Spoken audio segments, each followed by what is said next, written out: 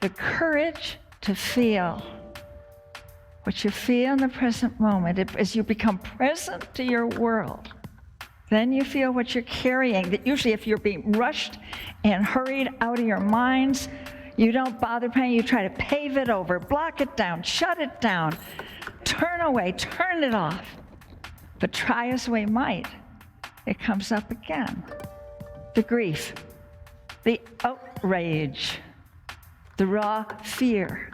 It is a measure of your evolution, it is a measure of your humanity. It is a measure of your nobility that you have a heart, mind big enough to see and empathize with the outrage being inflicted on our world and all our relations.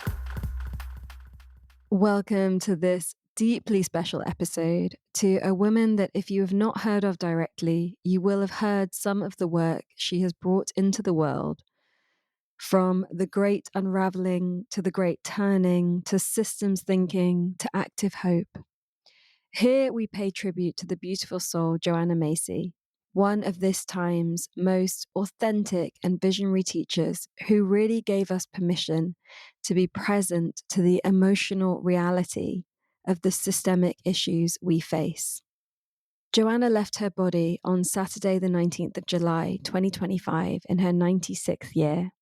She was a profound voice in movements for peace, justice, and ecology, and has, with the Work That Reconnects, helped people around the world discover and experience their innate connections with each other and the self-healing powers of the web of life, transforming despair and overwhelm into inspired collaborative action. I personally never met Joanna, although she was nearly on this podcast once. I wish I'd spent time with her for reasons you will understand as you listen to this.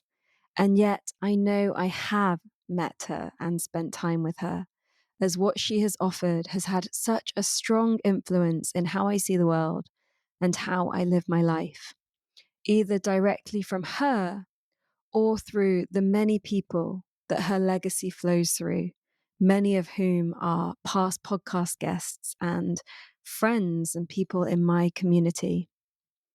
She said, the most radical thing any of us can do at this time is to be fully present to what is happening in the world. And I know for me that is how I live, both in what's happening in the world and the challenges that come up in my own life, like in this moment of caring for my elders. We learn so much through presence, and that's when our capacity really grows, as we turn towards, not away. For me, this is the path of beauty, to be present, whether it's grief or joy, death or birth. In the rhythm this week, which is our space where we meet and meditate and strengthen our vessels together, in honor of Joanna, we did the most beautiful practice where we went through the spiral of the Work That Reconnects. You are always welcome to come and add your beat there to our collective rhythm in this space of meditation. This powerful tribute begins with Joanna speaking herself, sharing the 5 gifts of uncertainty from a talk she did at Pioneers in 2018 called The Hidden Promise of Our Dark Age, Discovering Our Wisdom, Strength, and Beauty in the Midst of Crisis. I urge you to go and listen to the whole talk, as well as touch in more deeply with Pioneers and their work, which is a true gift to us all. As I shared, Joanna has been close to many of the people in our world and the guests who have been on this podcast. And I asked a few of them to come and share their stories and how they've been influenced by her. First, you will hear from Will Scott, Nina Simons, and Tibet Sprague in a moment where we gathered together under the proverbial online tree to share live.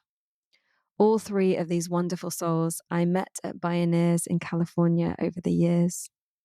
Will Scott is co-founder and lead facilitator at the Weaving Earth Center for Relational Education.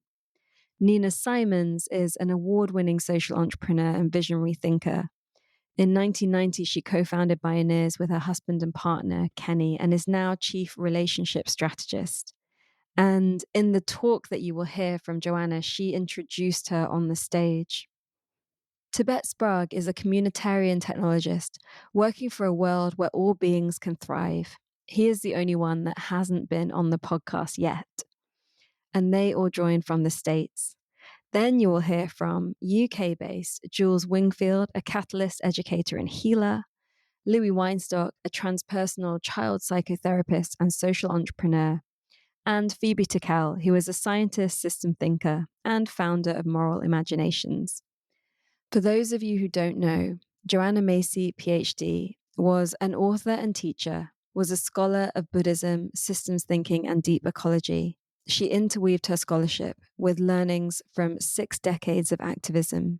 Her wide-ranging work addresses psychological and spiritual issues of the nuclear age, the cultivation of ecological awareness, and the fruitful resonance between Buddhist thought and postmodern science. The many dimensions of this work are explored in her 13 books, which include 3 volumes of poetry of Rainer Maria Rilke, with translation and commentary. As the root teacher of the Work That Reconnects, Joanna has created a groundbreaking framework for personal and social change, as well as a powerful workshop methodology for its application. Based in Berkeley, California, close to her children and grandchildren, Joanna has spent many years in other lands and cultures, viewing movements for social change and exploring their roots in religious thought and practice. Since the early 1980s, her travel was governed by invitations to teach the group work that she and a growing number of colleagues were developing. Many thousands of people around the world have participated in Joanna's workshops and trainings. These methods, incorporated in the Work That Reconnects, have been adopted and adapted yet more widely in classrooms, community centers, and grassroots organizing. In her own words and in the words of those who loved her, this is our tribute to Joanna Macy, called Coming Back to Life. We hope that this moves and inspires you.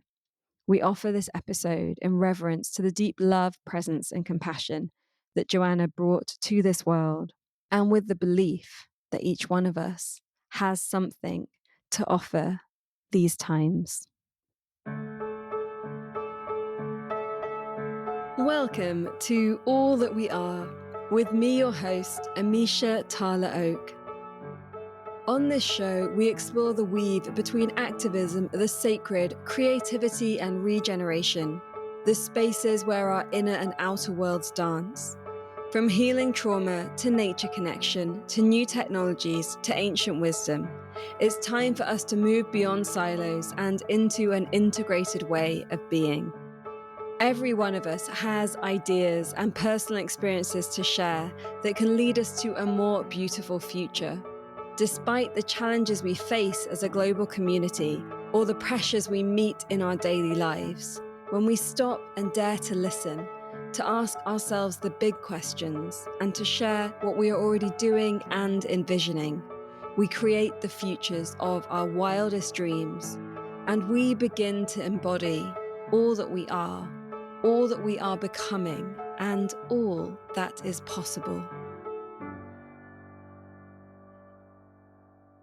What I want to talk about is the gifts of uncertainty. The promise of this dark age are the gifts that we can harvest from uncertainty itself. 5 of them. I like to count things on fingers of one hand. Here are the gifts that I've toted up, and I invite you to find some more. What do we get from uncertainty? We get the present moment, for one thing. We get a fresh recognition of the power of intention. We get the befriending of our pain and the great mystery that it brings us. We get our solidarity with all our relations, and we get an immensity of time, our true age. So that's what I want to talk about now. When you drop the need to be hopeful or hopeless, when you recognize that these are just feelings, that they might have more to do with what you had for breakfast or what somebody said to you in the last phone call, you don't put so much weight on them. Uncertainty can free us from the need to be constantly taking our emotional temperature as to how optimistic or pessimistic we are in the moment. Do you tap David on the shoulders? He's going out to fight Goliath, or Frodo. Wait a minute, are you hopeful? Get out of my way. I got something to do.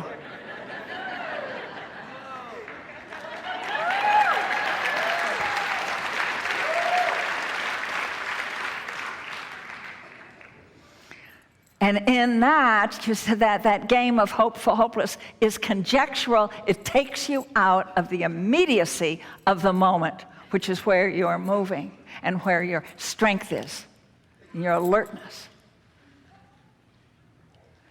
Only in the present moment can you see what you're seeing. Only in the present moment can you feel what you're feeling. Only in the present moment can you take that step. So that's the second gift of this uncertainty, is that choice. Only in the present moment can we choose just what we're going to do. And it has been thrilling to me, both as a scholar of systems and of Buddhist teachings, to see that this capacity to choose is what is seen as the actual essence or nature of a self. We are, in our truest being, a verb, and the verb is what we're choosing to do. I used to think that it was more important what the results were that I achieved in whatever I was bent on doing, and that my motivation I took for granted. Oh, well, it's always there, you know. I can count on myself to care, for heaven's sakes. But then I realized that if I lose that motivation, lose that caring, I have nothing on which to intend. I'm at sea. And I can see why the Buddhist teachers put such great prize on bodhicitta, that motivation for the welfare of all. So we want to, don't take that for granted. Cherish it. Blow on that little ember. Make it into a flame. As Jesus said, and it comes right along with that bodhicitta, ye are the salt of the earth. But if the salt has lost its savor, wherewith will it be salted? That's what intention is like. Intention, your motivation, that you give a damn. Don't take that for granted. Bless it, that itch, that needing to take part. Thirdly, we're talking about the gifts of uncertainty. The courage to feel what you feel in the present moment. As you become present to your world, then you feel what you're carrying. That usually if you're being rushed and hurried out of your minds, you don't bother paying. You try to pave it over, block it down, shut it down, turn away, turn it off. But try as we might, it comes up again. The grief, the outrage, the raw fear. What in God's name are we doing to our world and to each other? And you now are not going to fall for the ploy of the industrial growth society to pathologize that pain. Hear me?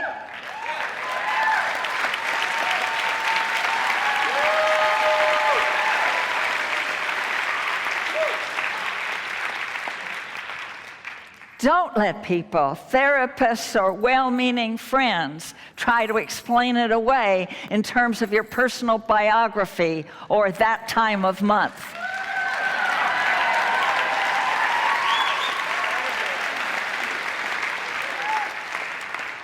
It is a measure of your evolution, it is a measure of your humanity. It is a measure of your nobility that you have a heart, mind big enough to see and empathize with the outrage being inflicted on our world and all our relations. Let me give you a poem as well. This is the last sonnet to Orpheus by Rainer Maria Rilke. And it holds all the gifts of uncertainty. Quiet friend who has come so far, feel how your breathing makes more space around you. Right here, right now. Let this darkness be a bell tower, and you the bell. And as you ring, what batters you becomes your strength. Swaying back and forth into the change. What's it like, this intensity of pain? If the drink is bitter, turn yourself to wine. In this uncontainable darkness, be the mystery at the crossroads of your senses, the meaning discovered there. And if the world has ceased to hear you, say to the silent earth, I flow, and to the rushing waters speak, I am.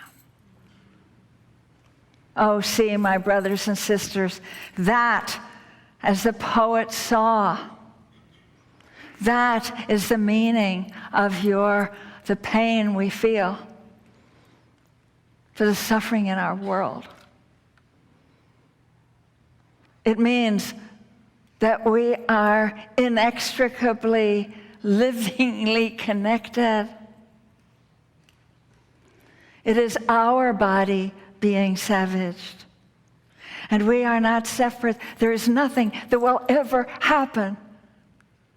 No cowardice, no folly, no failure will ever sever you from the living body of earth, because that's what you are.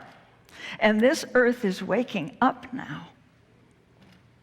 So you rest in that knowing.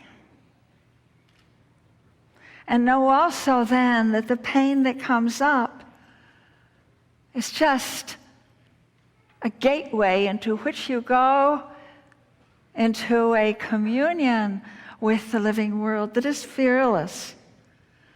And that the pain for our world and the love for it are but two sides of the same coin. Indeed, that is so. There are two other gifts, right? One is solidarity, but we're feeling that, we're talking about that.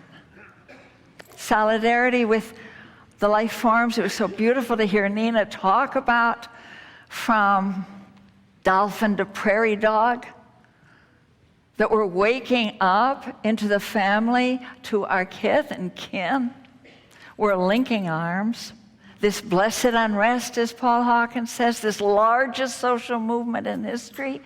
Yes, and it's bringing in all of their life forms, and we're linking arms. And we must open our eyes. This is what I love about systems theory, is it helps us see. But any good cook can see this when you make a stew or a soup, the synergies, the emergent properties that come. That is my substitute for hope, and it's a lot better, because with every step you take, something new happens. With every relationship, with every person you trust, with every person you come clean to and clear to, something happens. And now the last gift, well, it's that immensity of time. You see, we live in a time when our karma, that is the consequences of our actions, thanks to science and the industrial capitalism, extends into geological time, reaches of time, hundreds of thousands of generations. I learned this in my work around nuclear waste. The decisions we make right now in a multitude of activities will have direct effect on whether future generations, centuries and centuries, millennia from now, will be able to be born sound of mind and body. You better believe that. So the future ones are therefore in our actions right here now. Feathered ones and scaled ones. And so are the ancestors by the same token. I want you to feel them present, along with the brothers and sisters of all species and forms of beauty and strength. And you can let them be yours. Yeah, you deserve that, because they're on your side, you see. To be a human now in this darkness of uncertainty, they're all plugging for us. Please feel them, the ancestors and the future beings. Let them laugh in your ear as well as slap you on the backside and pull you forward, because we have great work to do. My name is Will Scott, and I am in Southern Pomo territory in the north part of the Bay Area in California, and I work most intimately these days with Weaving Earth Center for Relational Education. That's an organization that I've been involved with since the very beginning, and an organization that Joanna Macy has been an influence upon also since the very beginning. Joanna's work has been instrumental in the formation of my own life, certainly, and then very much in the life of Weaving Earth and the work we've done over the years. And there were times when we were blessed to have Joanna come and teach with us in person when we were running our adult immersion program. And I believe I first encountered Joanna's work when I was studying ecopsychology at UC Santa Cruz, and I found some of her writings and we did some of her practices in a program, and I was very moved. And then I went, at some point not long after that, I was at a Bioneers conference where Joanna spoke, and I think that's the first time I was ever with her in person.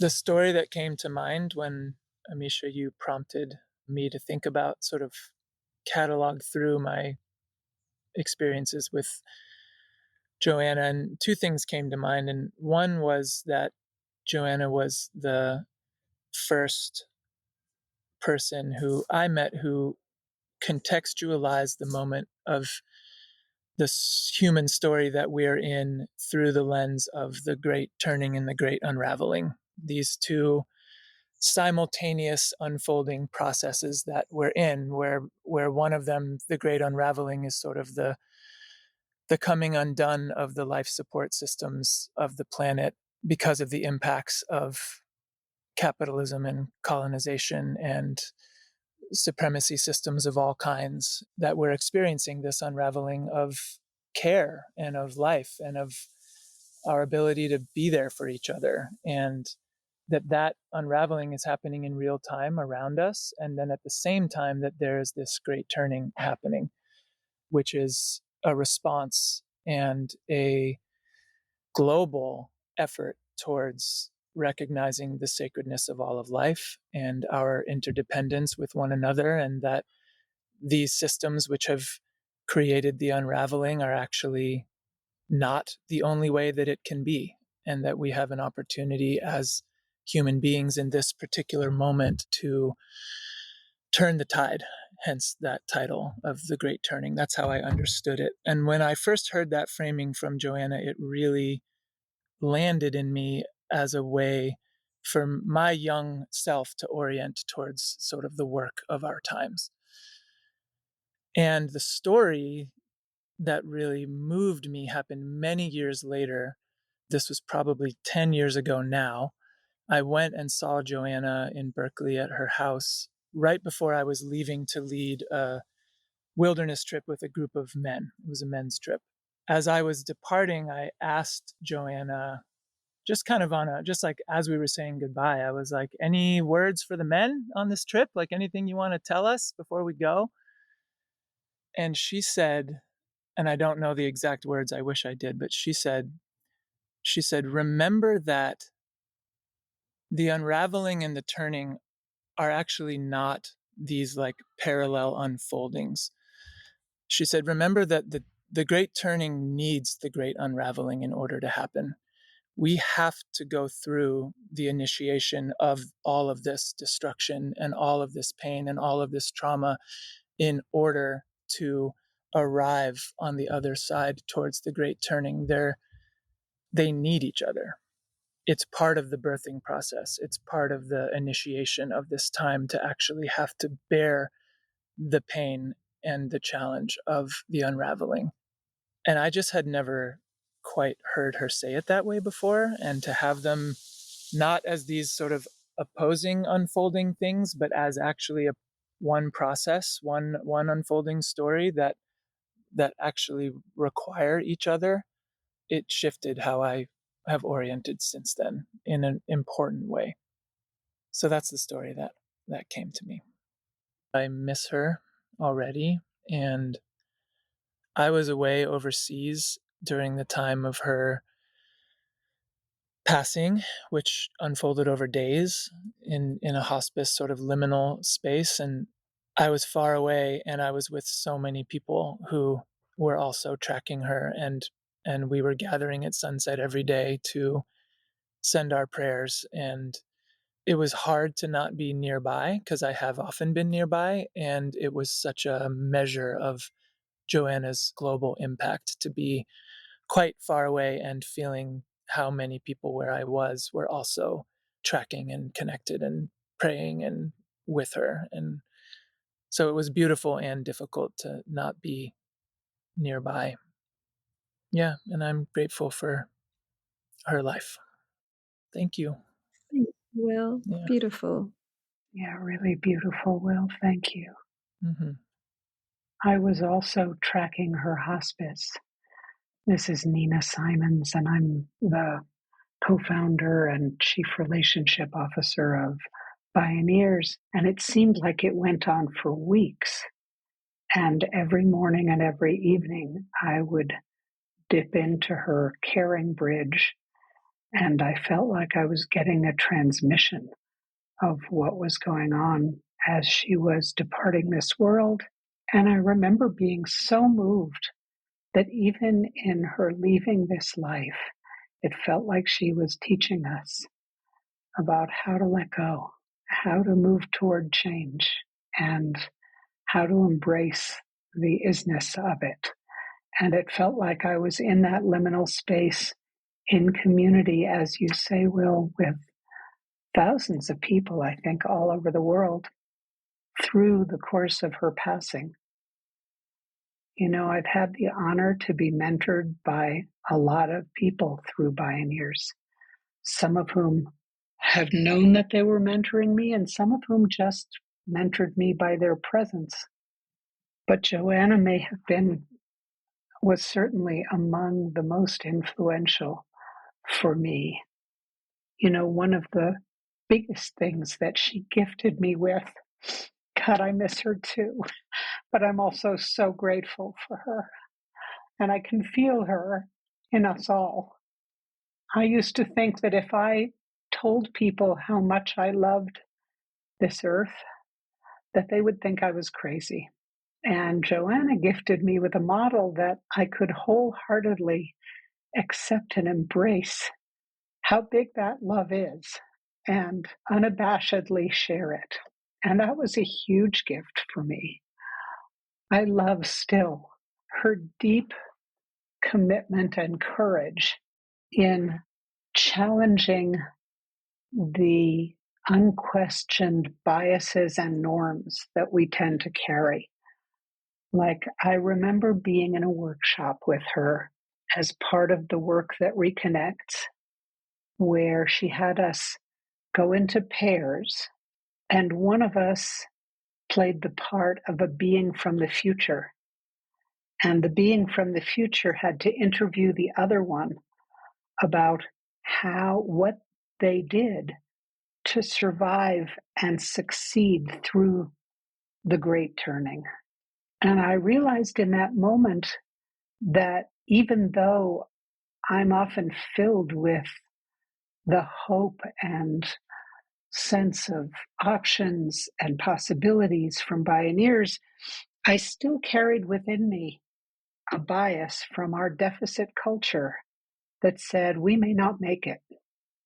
And so, playing the part of a being from the future who was interviewing to see how we beings in the present managed to navigate the great turning was just such a gift. And it liberated me from that bias. And the other thing that she did in the Work That Reconnects that I just will always be grateful for was she expanded my sense of time. She both expanded and collapsed it. You know, she kind of refused to be ruled by conventional clock time. And so she would help us move our imagining into the places where, the earth experiences deep time, and we can experience deep time if we shift our lenses and shed that conditioning. And that was also a great gift. And then there's one other piece of her immense body of work that I just adore and am so grateful for, because I've long believed that we are products of an emotionally illiterate society. Many of us, not all of us. And she invented something, I think, when she was working in Germany around the time of the coming down of the wall, called the Truth Mandala. And the Truth Mandala is the most beautiful ritual, which I have practiced and offered many times, where you enter into sacred space, and you can do it online or in person. And you have ritual objects that represent different emotions. And it's a space where everyone is encouraged one by one to imagine stepping to the center of the circle and picking up an object and voicing in whatever most honest way wants to come through you the emotions that you're feeling at this time. I so deeply believe that if we had more places for communal grieving and expressing anger, that we could diminish the amount of violence in the world almost immediately. And so the Truth Mandala has also been a really great gift to me. One of my other dearest mentors, Terry Tempest Williams, taught me years ago that one of the places of greatest innovation and inspiration and regeneration is the place where it's possible to marry two things that seem like contradictions or opposites. Joanna did that so beautifully in her presence, in her way of walking in the world. She, right up through her 96th year, she retained her childlike joy and awe and wonder and innocence. Even in her dying, she was surrounded by, a Gumby that she loved and a stuffed animal that was a sloth that she slept with. So there was this child truth about her. And she was also surrounded in her room, because I was fortunate enough to be able to attend her wake. And she was surrounded in her room not only by these child objects, but by the most beautiful Buddhist altars, really symbols of her elder wisdom and of the quality of equanimity and ground and presence that she embodied. And so, her childlike quality and her elderhood were beautifully woven together. She also modeled someone who has a hugely expansive heart and also a tremendously adept and inquiring mind. And she was a scholar. And to be a scholar with that level of heart and relational intelligence was like, wow, you can do them both at once. Yes, Joanna, thank you. She integrated the sacred in her activism. And I found myself that as I'm aging, I want to do that more and more. And that, the sacred and activism are two realms that have been falsely bifurcated by our societies and our cultures. And they need to be brought back together, because if ever there was a time that called for a full embodiment of the sacred in activism, we're surely living through it now. So I think that's most of what I wanted to say. I think, Will, you might agree that when you were in the presence of Joanna, you kind of felt like the luckiest person in the world. She gave her fullest attention and presence to you. And boy, that in itself was just a huge gift. So I too am so grateful for her life and her teachings and her modeling and the ways that her work is spreading its tendrils throughout this ailing world. Because, golly, is she ever needed now? And what a gift she gave us all. Yeah, thank you. Hello, this is Tibet Sprague. I am a community weaver with the Terran Collective here in the San Francisco Bay Area and steward of the open source nonprofit community platform Hilo. And Joanna Macy has been one of my greatest teachers and inspirations, mentors, and friends over the past years. We first met or connected at one of her last in-person weekend workshops of the Work That Reconnects in early 2018. And I was so inspired by the work that I started weaving it into my life and in my own projects, in so many different ways. I started facilitating it at festivals and gatherings and yeah, just bringing it out into the world as much as I could. And then I got to meet Joanna more intimately at a dinner in 2019. And then in 2022, as COVID was easing up and I was looking for more teachers and mentors in my life, I immediately thought of Joanna and reached out and asked if I could cook her dinner. And she said yes. And so over the past few years, I developed a sweet friendship with her where every few months I would go over to her house in Berkeley and cook her dinner and we would catch up.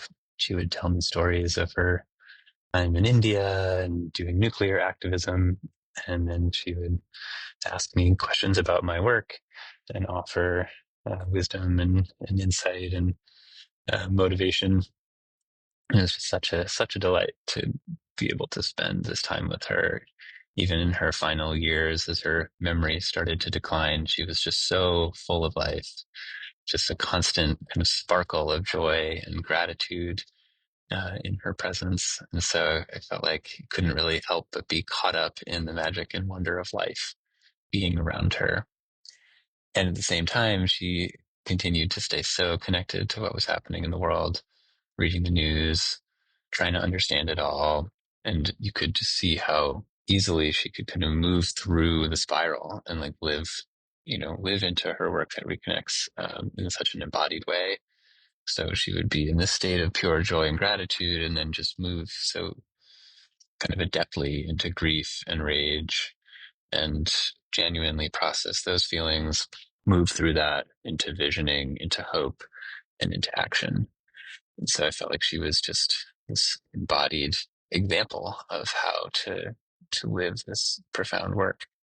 In the meantime, talking about my own work, she just always had so much enthusiasm for all of the projects of the Great Turning. She always would offer, just knew the right thing to say to kind of pick me up when I was down, let me stay motivated or move me along when I was stuck on an inquiry. So it was, yeah, just profound to be able to stay connected to her over these past years in this way, in her sitting with this loss of her in the physical realms. I mostly am left with just feeling gratitude for all the ways that she touched me and touched so many in the world.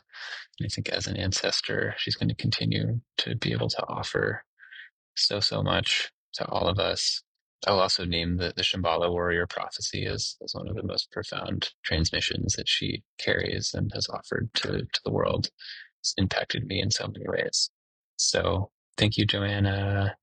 I miss you. I love you. I mean, the thing that keeps coming to my mind is just what you said, Nina, is when you're in her presence, it's like you are the, most important person in the world. She like makes you feel that. And it's just so incredible that not only has she impacted so many people through her work, her workshops, her books, but so many people have this experience interpersonally of getting to spend time with her and her making you feel that way, that lucky, which is just incredible. And a few years ago, after having learned the work that reconnects and doing workshops with her and bringing it into my life in so many ways, just reached out to Joanna and said, "Hey, can I come over and cook you dinner?" And she was like, "Yeah, please." And so we developed this friendship where I would just come cook her dinner and we would hang out. And just in and of itself, that felt so rare and special for someone who like so many people love and are already connected to. The thing that, echoing again much of what you said, Nina, is like there's so many teachers who, we know their books, you go to their workshops and they say all these inspiring things, but you don't really know, are they living into what they're saying in their day-to-day life? And then of course, so many people we find out, get knocked off their pedestals or canceled because they're not. But the experience with Joanna was that everything she said, she truly so deeply embodied and walked. And she was so adept at moving through the spiral from starting with gratitude every day and just bringing that childhood wonder and joy, as you said, and then being able to tap into what was happening in the world and like just, this is like terrible, like what is happening right now on so many places, and just like you could just like be with her in that embodied experience of grief and anger and just like feel how much she was able to really let it in, but not then get stuck there and like move through it, move into visioning, move back into kind of like hope and what's next and action. And just like watching her do that so adeptly was so inspiring. I've been moved and touched by so many of her exercises and practices and facilitated them and bring them into so many aspects of my life. And then even more so inspired by how she embodied it and lived it every single day. And also, it also was able to go to the wake, which was one of the most incredible experiences of my life. And having just this intergenerational collection of incredible humans from mostly from the Bay Area, but people flew in, monks flew in that studied with Thich Nhat Hanh. And, there's all these incredible people just being in this space together with Joanna's body covered in flower petals and singing and reciting poems and crying and laughing and connecting. And it was just so profound and really, yeah, again, this model of how to live and how to die that I will carry with me the rest of my life. And it kind of like leaves me feeling like as an ancestor, Joanna's just going to be so powerful, continue to be so powerful. And in some ways, even more so. There's just been this incredible wave of, outpouring of love and connection between all the people in her kind of widening circles of, the web of the work that reconnects. And so I feel like I have all of these deeper and wider connections that are kind of like myceliating out from Joanna's passing even. So I'm left with so much gratitude. Yeah. That was so beautiful, Tibet. And you reminded me, as I am in my own transition of learning to shift from a lifelong pattern of being a human doing into becoming more of a human being, that Joanna really embodied that so beautifully. And I will hold her in that beautiful light that you just described so gorgeously. Thank you. This little moment just to share some love and grief and memory and tribute with you all is like, it's watering a little place in me that needs some water. So thank you all. I want to share something of the power of creating this podcast and bringing together different people from the States and the UK that are shared in this vision and in the full emotional spectrum of what it is to be a human at this time. To feel that influence of Joanna's work in this community where I live right now in Devon, in Totnes in the UK. We have a beautiful river here, the Dart, that Joanna actually shares a story of later on in this podcast. After spending days listening to Joanna speak and feeling the parts that I wanted to share with you and gathering these beautiful sharings from people that have been so deeply moved by her, I went to a beautiful fundraising gig called Songs for Gaza in Totnes. And the 5 extraordinary female-bodied singer-songwriters that were sharing were all sharing songs that honored everything that we are talking about here. That love of the earth, feeling the pain and the grief and the rage, and feeling our souls and our beautiful humanness, and how the music can bring us into this place of community and of inspiration and of action.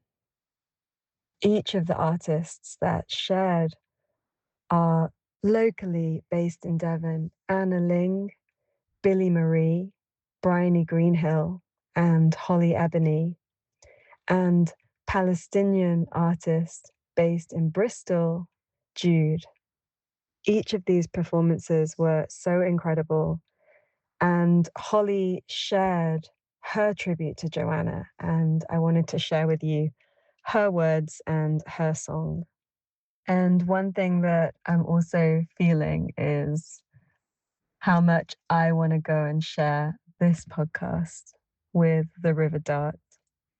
And so imagine me laying by the river, playing this tribute out loud so that the trees, the earth, the birds, the river, the sky, and all of the more than human and human kin that may be passing can hear this.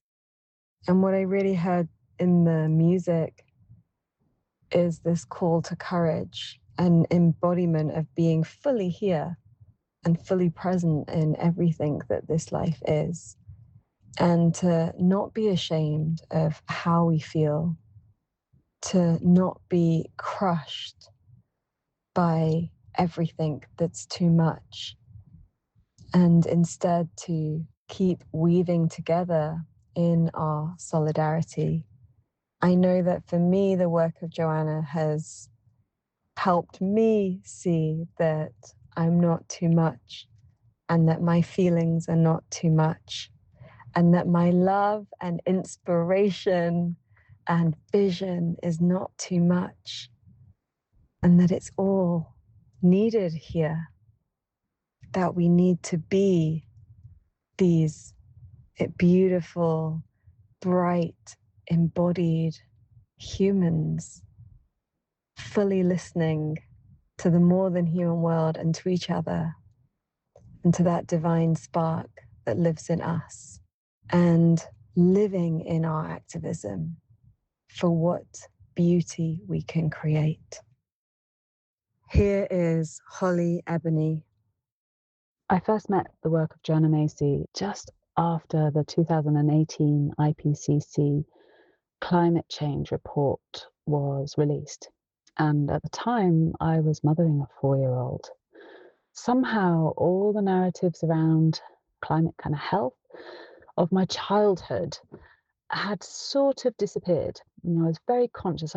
I experienced eco anxiety as a child, and then it kind of went quiet. And I think now we come to realize that that was intentional. That was a deliberate campaign of misinformation from powerful organizations and forces who benefit from hiding the reality of the situation from us. So, stumbling across Joanna at that time when I was, in deep motherhood, she was like the grandmother I needed to find.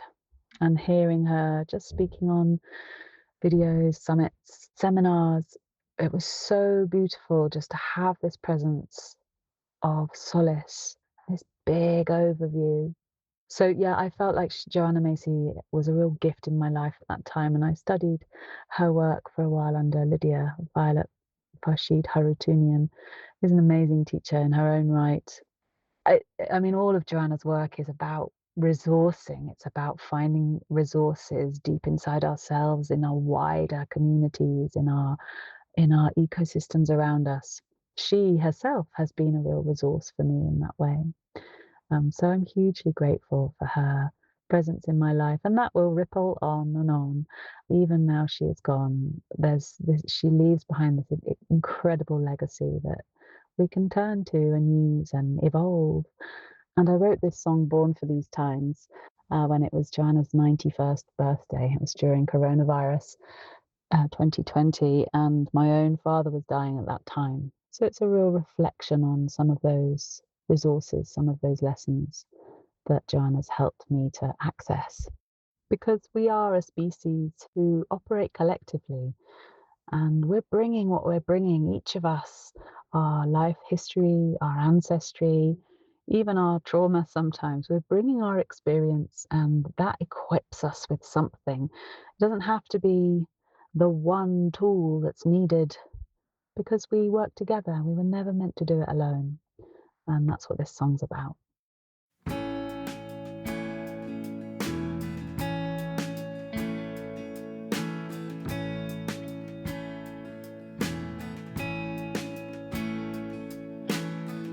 Oh, my darling, didn't you know you are everything you need to be? You're already whole. Oh, honey child, you were born for these times. Oh, honey child, you were born for these times. Delve within, find your feathers and your tail and your fins. You're a creature of this earth, nothing arbitrary in your birth. Oh, honey child, you were born for these times. Oh, honey child, you were born for these times. Long lineage leads to you. All the gifts of your ancestors are graven anew. Oh, honey child, you were born for these times. Oh, honey child, you were born for these times. You were born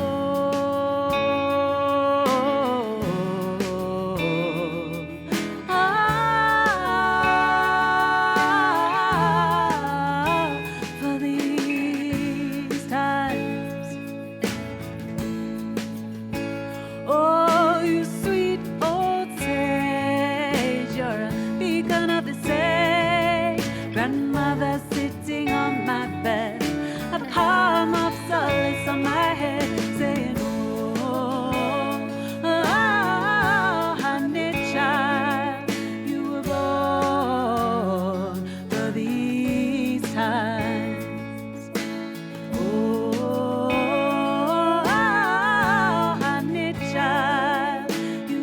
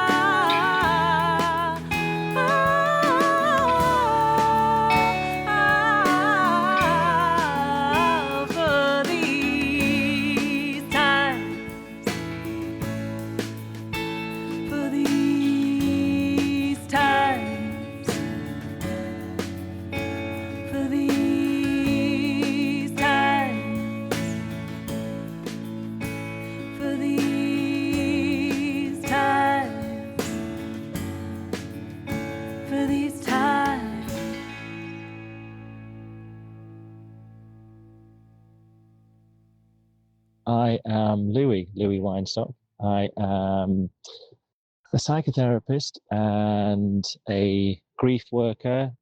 I do some social enterprise stuff, set up a charity called A Part of Me that helps young people with grief. I came across Joanna Macy's work.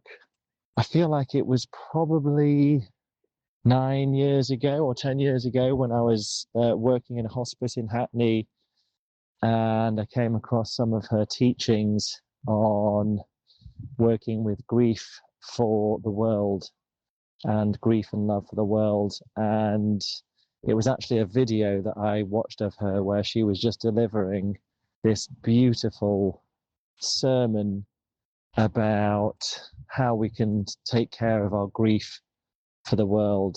And I think what I loved about her more than anything else was just the light that you could feel shining through her eyes and her face. There was just this deep, loving conviction about the state of the world and how human beings can relate to it from a place of deep compassion and deep healing for ourselves and each other. There's so much about her work that I love. I've explored it, I've offered it in different ways in my grief workshops, but mostly I would say it's really, for me, the light, very special kind of energy that she carried inside her and offered out into the world. So for that and the light she inspired in me and that I can still connect to even as I'm sending this message, I'm very, very grateful. Hi, so I'm Jules Wingfield. I run a project called the Earth Heart Project, which is in the Forest of Dean in the UK. And I've been holding spaces, running courses and workshops for the past 30 years. I'd say my work is rooted in nature. It's rooted in animism. It's a kind of combination of Celtic shamanism, deep soul work, helping us as humans to become fully who we're meant to be, but understanding that that can only happen when we root ourselves back into the diversity of life and back into the understanding that we are spiritual beings having a human experience, and spirit is embedded in nature, and therefore that's how we learn to come into the fullness of who we are. So Joanna has been my longest teacher actually in my life. I first worked with her in my very early 30s, and I met her and it was just most profound meeting. Like I felt like in my life, I truly met my first elder. One little story actually, which I think just is a beautiful example of her. I did this training in Findhorn with her. I think it was on the last night or the second to last night. She'd been teaching for a week, full on all day. And we had a big fire and there was people drumming with djembes and we were all kind of dancing around the fire for the evening. So at this point, I don't know, she must have been in her 70s. We all one by one start flagging, so having had enough of dancing after sort of 2 hours, 3 hours, she was the last one standing. There was like her and me and one other friend still up till the wee hours of the morning. And it was just so inspiring. And I think the other thing to say about her is that her teachings have just had the most impact on me. Of all the bodies of work that I've done, I think her teachings have carried me the most and have been most consistent. Like, even though I might have changed paths and gone in different directions and explored different things, her teachings have always been relevant and have never felt sort of, oh, I don't know, I don't really relate to that anymore, or it doesn't feel quite where I'm at. It's like her teachings have just been absolutely rock solid, and they're embedded into so much of what I do, And I was kind of dreading the day. The young child in me just wanted Joanna to live forever, to live forever. And even though I knew it was coming, it was still, devastating when it did come. But yeah, she's a true elder of our time. And I just hope that her teachings can live on forever. One of the structures that I value, there's many that I value, but the one I'm thinking of is the Truth Mandala, which I know is one that's very, very well celebrated, which is great. I use that quite a lot in my work. And when I first experienced it was with her in my early 30s. And suddenly there was this place that could make sense of the grief I felt. because the way the structure is created means that I could start to understand the different parts of me and what they were feeling and what they needed. And the truth mandala for me is always best done in nature, because then we've got our feet on the ground and we're rooted.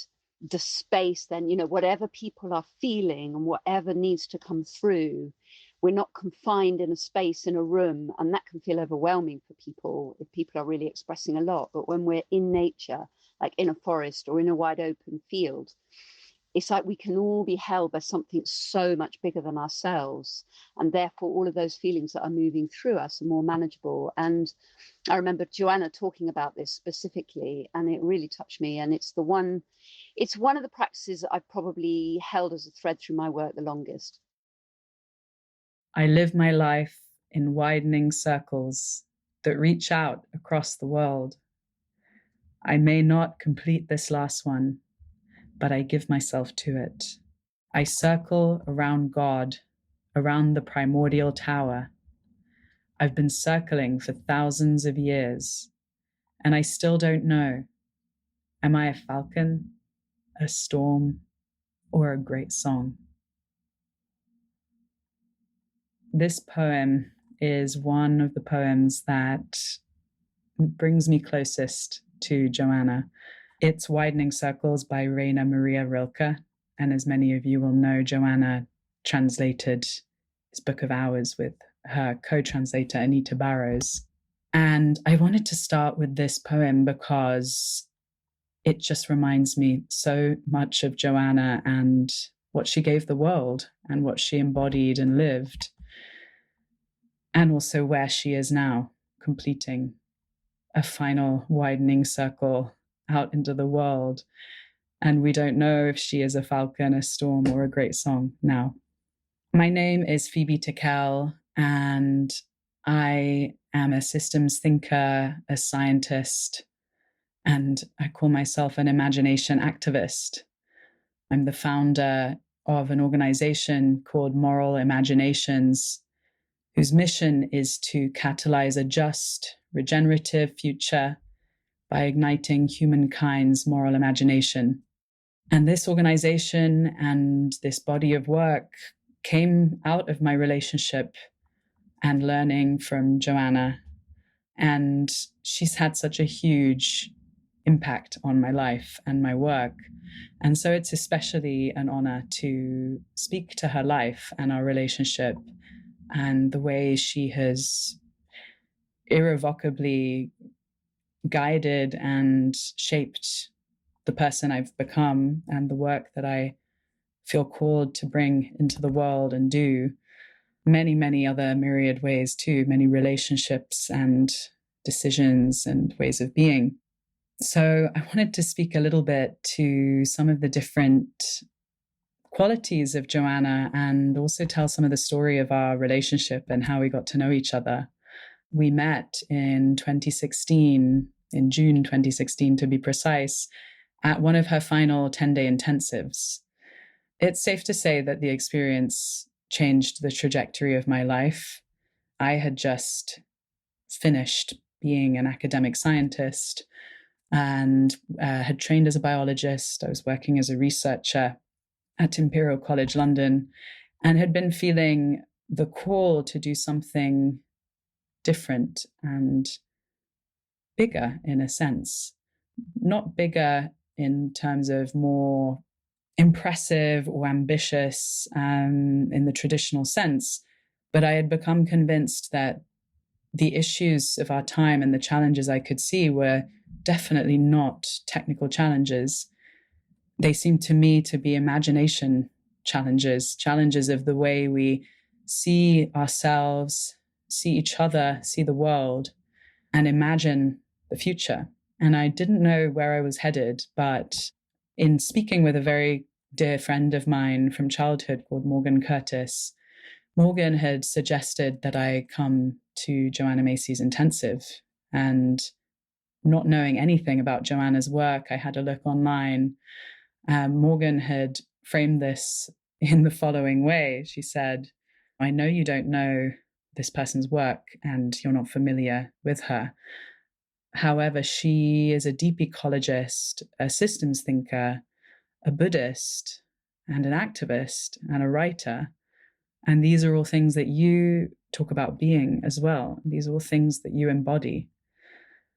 So maybe this would be a good next step for you, since you've left your job and your previous identity as a scientist. And so, based on not very much information at all, I decided to follow this advice and, in a sense, went on intuition. When I had a look at Joanna's website, it actually didn't speak to me, funnily enough. I didn't connect with it when I read about it online, but I just trusted this intuitive sense that I needed to be there. It was a 10-day intensive at a place called Rivers Bend in Northern California. And I wanted to read you an extract from an essay that I've been writing about my experience knowing Joanna. And I will pull on a couple of extracts. I'm sitting in a circle with 50 others, unknown to me until a few days before. I have just been crying for hours, and I feel both cleansed and relieved, and also somewhat stunned by the force of what I have just experienced. We are sitting at the end of a truth mandala, one of the core exercises of the Work That Reconnects.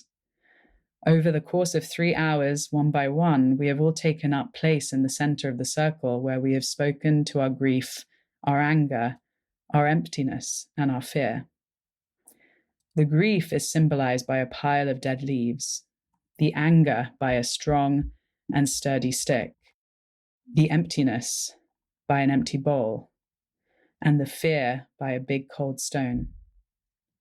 I have never experienced anything like it in my entire life. Raised in an English and Hungarian household, I had seen that grief and sadness were things to bottle up, hide away, and push down, to put on a brave face. Grief, anger, and pain were not things that were to be shared with others, least of all expressed vulnerably in the circle. It's the center of a circle of onlookers. During those 10 days, my heart broke open, and Joanna opened a portal for me, one that would continue in a 9-year mentoring relationship and guide the work I do today. As a scientist and someone who is so acclimatized to using my head to try and convince people of the climate crisis and our need to act, this 10-day intensive workshop led by Joanna Macy was the intervention I needed to reconnect me with my heart and my ability to feel on behalf of our world and take action for its healing. So that gives you a little insight into what that experience was like. And over the course of the 10 days, not just Joanna, but also a series of co-teachers and collaborators, such as Anne Siemens-Buchner, who is her assistant of 12 years, Patricia St. Onge, who is a Lakota elder and teacher, who teaches based on the 7 generations principle, Mutima Imani, another teacher of the Work That Reconnects.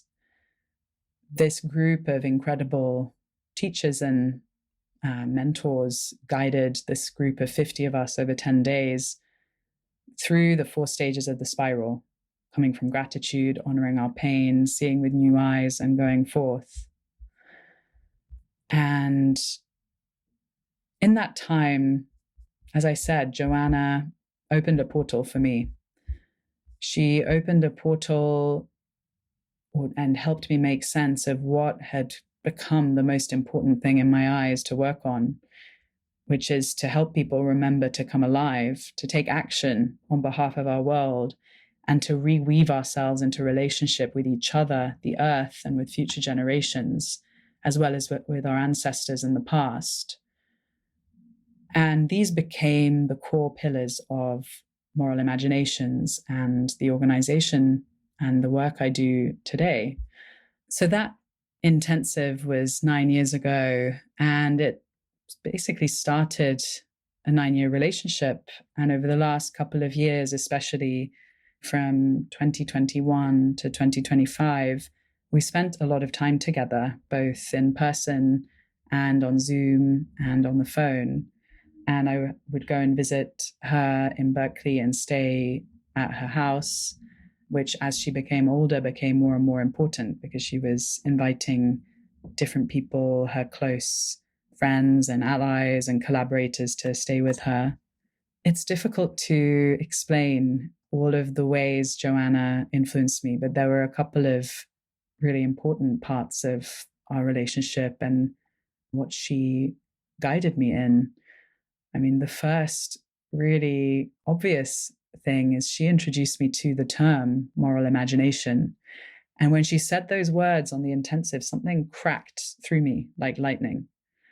It was really as if something had become immediately clear, and my desire to bring together both my scientific background and the rigor of science together with my artistic background and the power of creativity, both in service of systems change, it crystallized for me in moral imagination and in the power of using collective imagination to bring people together to envision different possibilities and a different world, and also to rewire perception in our relationship to each other, the natural world, the future, and especially through her teachings and the teachings of Patricia St-Onge, I came to see that actually there were living, unbroken cultures of indigenous elders and communities who are still with us today, holding the wisdom of how we live together on Earth in ways that are in right relationship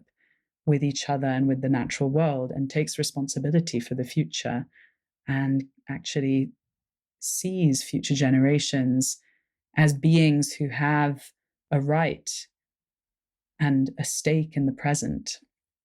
And I was so struck by this and about the power this could have to actually change the way, especially in the West, we organize society and we do governance. And the thing that actually society could revolve around being relationship and being a sense of moral responsibility, not in a hierarchical or Christian or righteous sense of morality, but in a form of morality which really exists in relationship.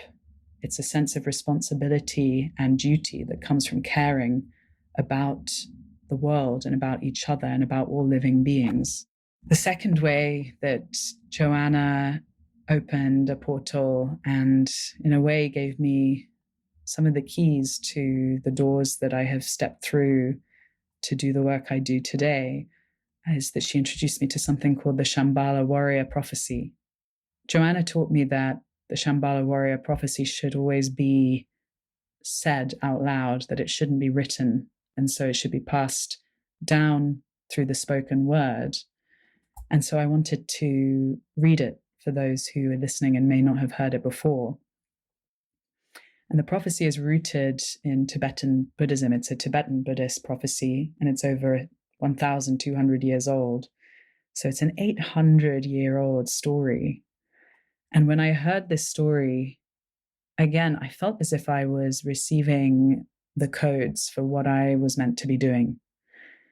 And remember, I had just stepped out of a very defined career path and made a very decisive step into the unknown, calling on the world to show me exactly what it was I was meant to do next. It was really following a deep sense of intuition. And so when I heard this, it really felt like one of the answers to that call. And so it goes like this. There comes a time when all life on Earth is in danger. Barbarian powers have arisen. Although they waste their wealth in preparations to annihilate each other, they have much in common. Weapons of unfathomable devastation and technologies that lay waste the world. It is now, when the future of all beings hangs by the frailest of threads, that the kingdom of Shambhala emerges. You cannot go there, for it is not a place. It exists in the hearts and minds of the Shambhala warriors. But you cannot recognize a Shambhala warrior by sight, for there is no uniform or insignia. There are no banners, and there are no barricades from which to threaten the enemy, for the Shambhala warriors have no land of their own. Always they move on the terrain of the barbarians themselves. Now comes the time when great courage is required of the Shambhala warriors, moral and physical courage, for they must go into the very heart of the barbarian power and dismantle the weapons. To remove these weapons, in every sense of the word, they must go into the corridors of power where the decisions are made. The Shambhala warriors know they can do this because the weapons are manomaya, mind-made. This is very important to remember. These weapons are made by the human mind, so they can be unmade by the human mind. The Shambhala warriors know that the dangers that threaten life on earth do not come from evil deities or extraterrestrial powers. They arise from our own choices and relationships. So now the Shambhala warriors must go into training. How do they train? I asked. They train in the use of two weapons. The weapons are compassion and insight. Both are necessary. We need this first one, he said, lifting his right hand, because it provides us the fuel. It moves us out to act on behalf of other beings. But by itself, it can burn us out. So we need the second as well, which is insight into the dependent co-arising of all things. It lets us see that the battle is not between good people and bad people, for the line between good and evil runs through every human heart. We realize that we are interconnected, as in a web, and that each act with pure motivation affects the entire web, bringing consequences we cannot measure or even see. But insight alone, he said, can seem too cool to keep us going. So we need as well the heat of compassion, our openness to the world's pain. Both weapons or tools are necessary to the Shambhala warrior. So when I heard this prophecy, a 1,200-year-old prophecy shared by Joanna, similar to when I heard moral imagination, it was like a bolt of lightning. And we spoke about it many, many times after, that it had opened some sort of door in my mind and imagination, a door onto the kingdom of Shambhala and a connection to the future generations and the need to find the Shambhala warriors and help in their training. And so when I heard this, it really became clear that this was what I was being called to do, was to go into the halls of power and to find these Shambhala warriors to help people find and be equipped with the tools of compassion and insight, which you could call moral imagination, and to help undo these mind-made weapons of destruction. So really, it was such a gift. I cannot put words on the gratitude I have to Joanna.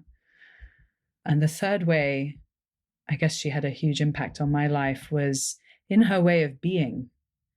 In her way of being in the world and her relationship to it and what she embodied, her moral courage, her vision, her feistiness, her fighting character, her warrior persona, and also her appreciation of beauty and her turning towards living and being and acting in ways that really embodied the work that she did.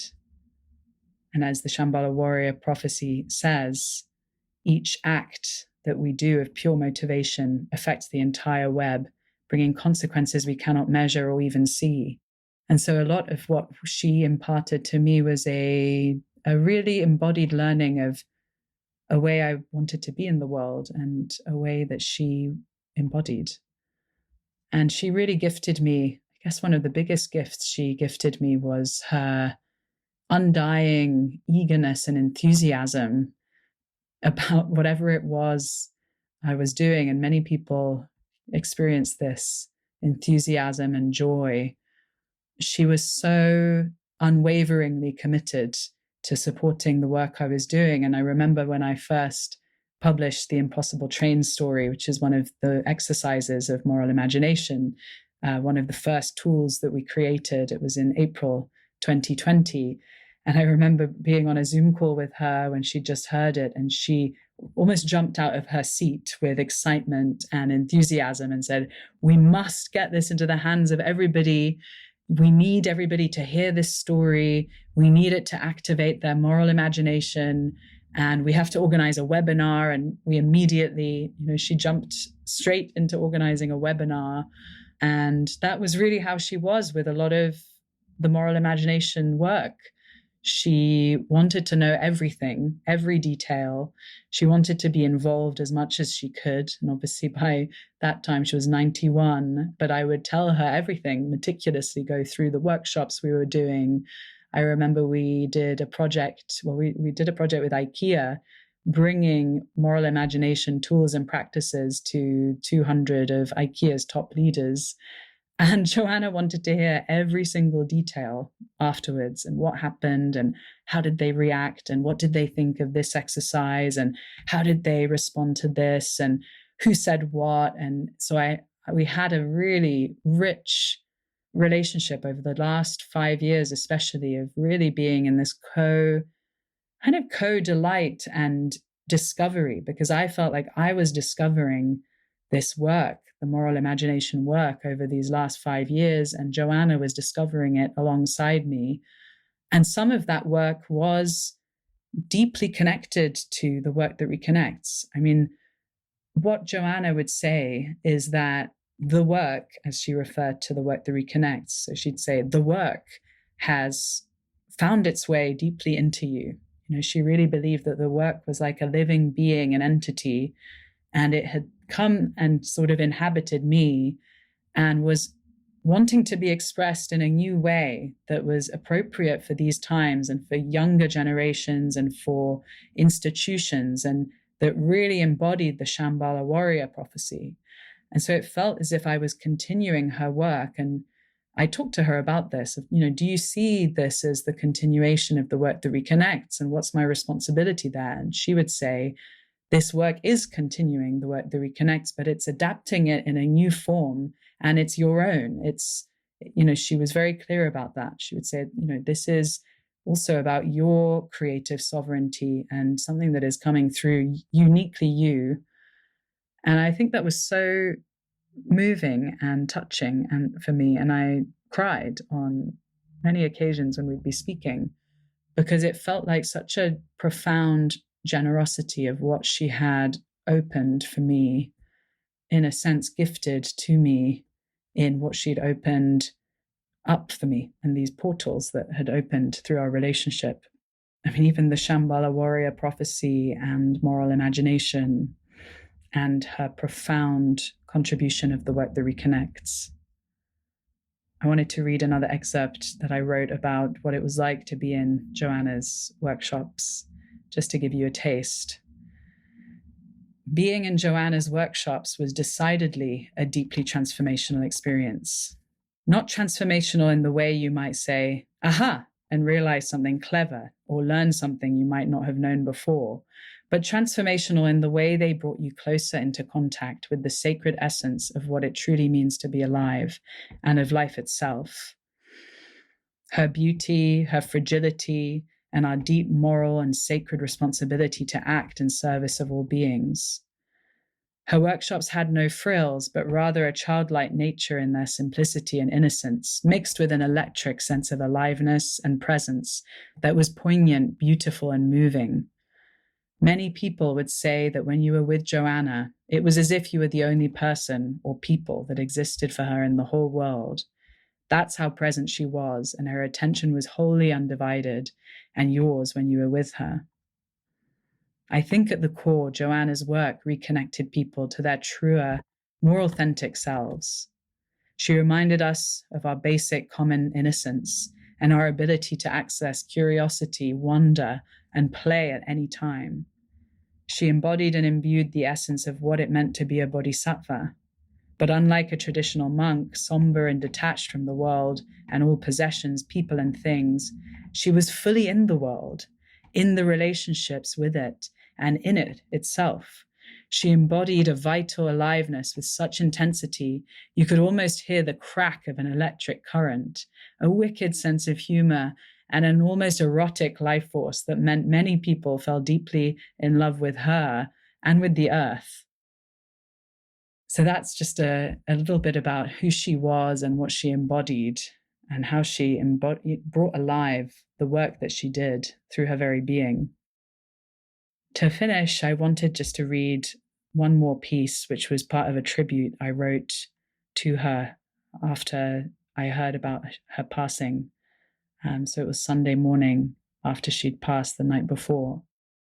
And it goes like this. Joanna, you reminded us not to stop feeling, to avoid the greatest and gravest risk of all, the existential risk of the deadening of our hearts and minds. You reminded us of our common birthright, to know that we are not separate, not from each other, not from the natural world, nor from the future beings we hold responsibility for. I will always remember what your friend John Seed once said, that you have many, many friends, and not all of them are alive yet. Joanna, you opened a portal for me, and the future generations became real for me too. Like friends, patiently waiting and keeping me alert and sharp, like a reminder not to fall asleep, to remember who and why we are doing our work for, and that we will not always see the outcomes and the fruits of the work we do today. So much of the work we do today, whether it's feeling the grief of what is happening to our world, cultivating courage to understand collapse, hospicing the old world that is dying, envisioning through new eyes and shifting ontologies, uplifting indigenous cosmologies, post-capitalist futures, sacred activism, rights of nature, future generations work, deep ecology, or cultivating moral imagination, you were a messenger for, you blazed a trail for, enabled and gave language to, and shared wholeheartedly with the world without holding back. The world feels quieter, more silent without you in it. I loved you and love you and will always love you. And I can imagine you saying this with a twinkle in your eye and a cheeky wink. If we take everything you said and lived and believed to be true, then we know, of course, that you are still here with us, in the warm breeze from the ocean, in the sweet bird song, in the heron, in the whale, in the salamander. It becomes very clear that it was never about any single one of us at all. It's about all of us. I swear to spend this life continuing the work to awaken people to the place they have and inhabit in the interconnected web of life, and to share with people the tools they need to sustain their action and their sanity in a world in crisis and collapse, and to help view our world and our relationship to it in ways that empower us to act. So I wanted to finish by thanking Amisha for this opportunity to share about and reflect on my relationship with Joanna and honor her work and her contribution and her life and all the gifts that she gave through her being, through her living, through her working, and through her acting. I feel so incredibly grateful to have spent time with this incredible bodhisattva being. And I think I speak on behalf of the many, many people who were lucky enough to spend time with her and play a role in her life, big or small, to say that we will miss her greatly. We will miss you, Joanna. And we're grateful to have known you. Thank you very much. I want to thank each of my guests here for taking the time to share and for who they are in the world and how they live and the work that they bring. I highly recommend you find their podcast in the archives and you listen again.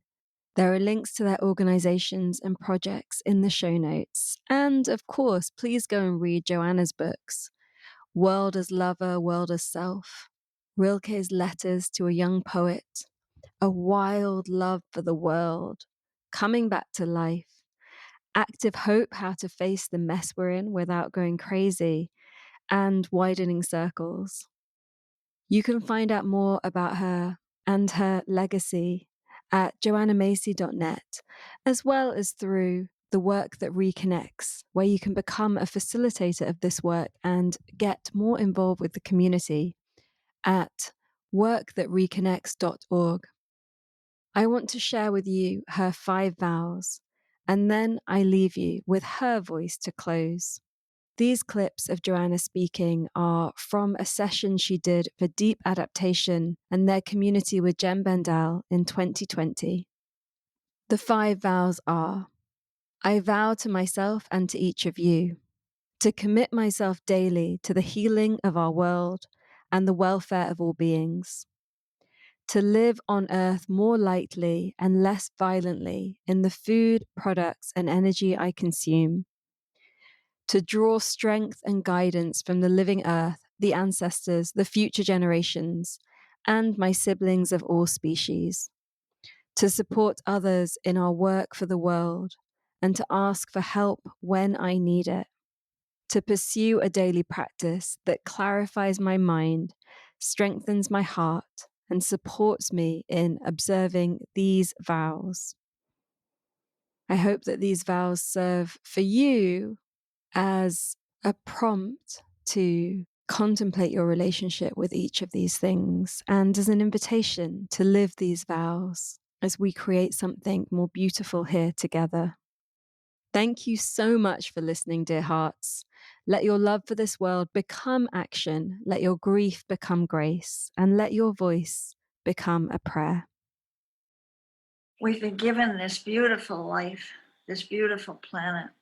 If you let yourself really love it, if you let yourself be open to what the ancient ones and the indigenous people and the contemporary science, this is a living planet, you can find that you can grow your life in widening circles that reach out across the world. You're that big. We're liberated from that little prison cell of the ego. And then when you're in widening circles, you see pain. Oh, yes, you do. But you see also the beauty of this planet out of which we grow. Then we aren't coming out of, I don't believe we're coming from anywhere else. We weren't manufactured. We're not coming out of a laboratory, but even that would be coming out of.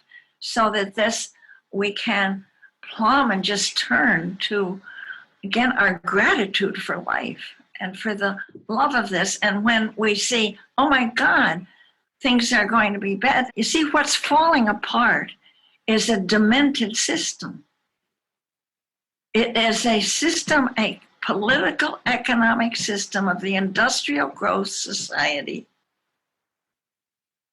Corporate capitalism and its guises in countries that don't like to use the word capitalism, but they are commodifying our mother.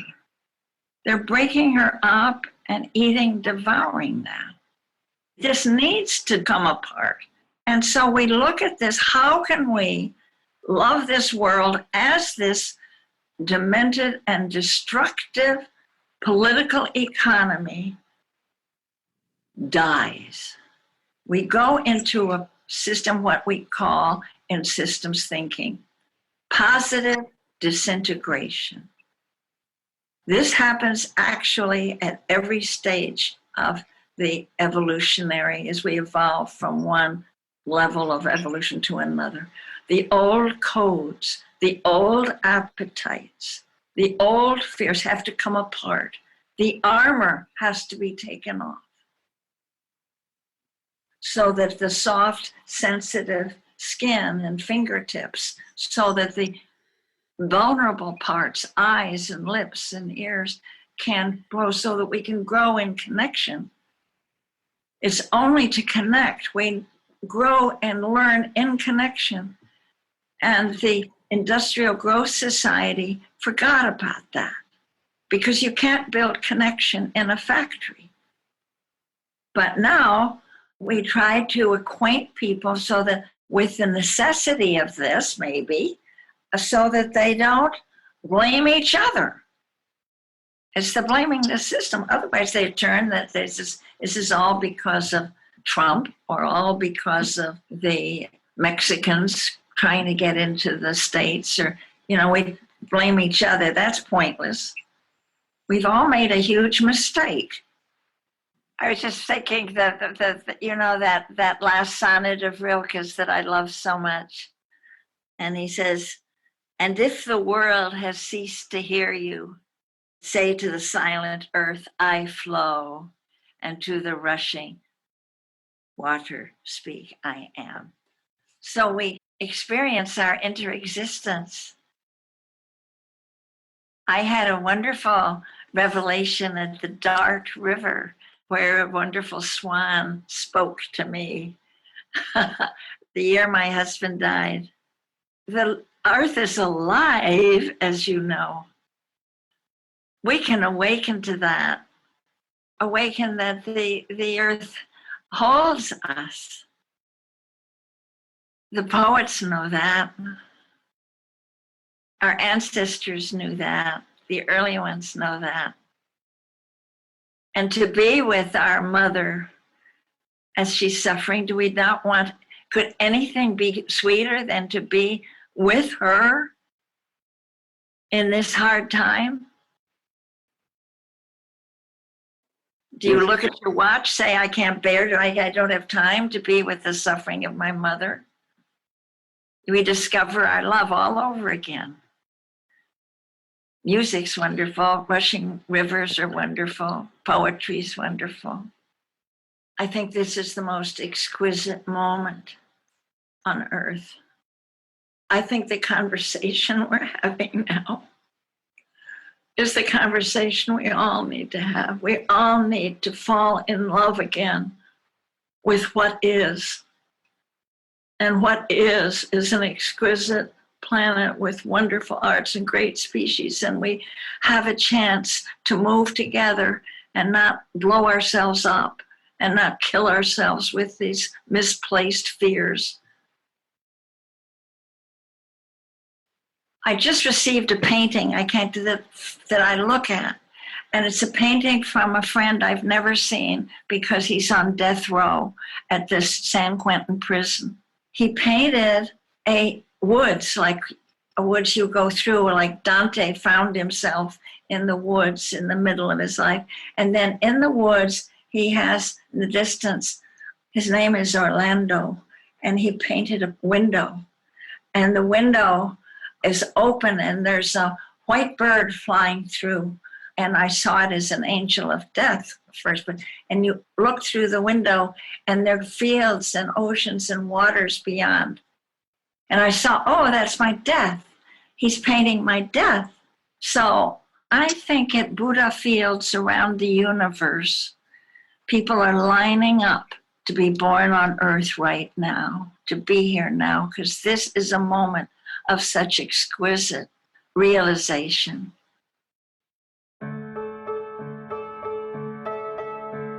Thank you for listening. We hope that you have enjoyed this episode and it has sparked some inspiration and creativity in you. As always, you can find links to everything we mention in this episode, download our book, join our experiences, and discover so much more over on allthatweare.org. We give space to our guests to share their perspective without debating it or fact-checking, as this approach allows for deep, unedited conversations from the heart. We trust your discernment and wisdom to take what is useful and challenge what isn't in your own understanding. We offer spaces for discussion and integration in our membership community, which we would love for you to join. We don't believe in selling you things you don't need through this podcast. And so it's made possible with you, our beautiful community. If you loved this and would like to connect more deeply with us, please join our membership, retreats, and experiences. Share the episode with your friends and do drop us a note from time to time. Please hit subscribe and leave us a review wherever you listen so that others can find us. This podcast is made by an all-female global team. All that we are celebrates all that we are already and the untapped potential that lives inside us. It invites the full power of the more than human world, nature, the unseen, our ancestors, and our future generations. It reminds us that we never exist in silos through borders, timelines, or polarity. That in each and every moment, all that we are is here.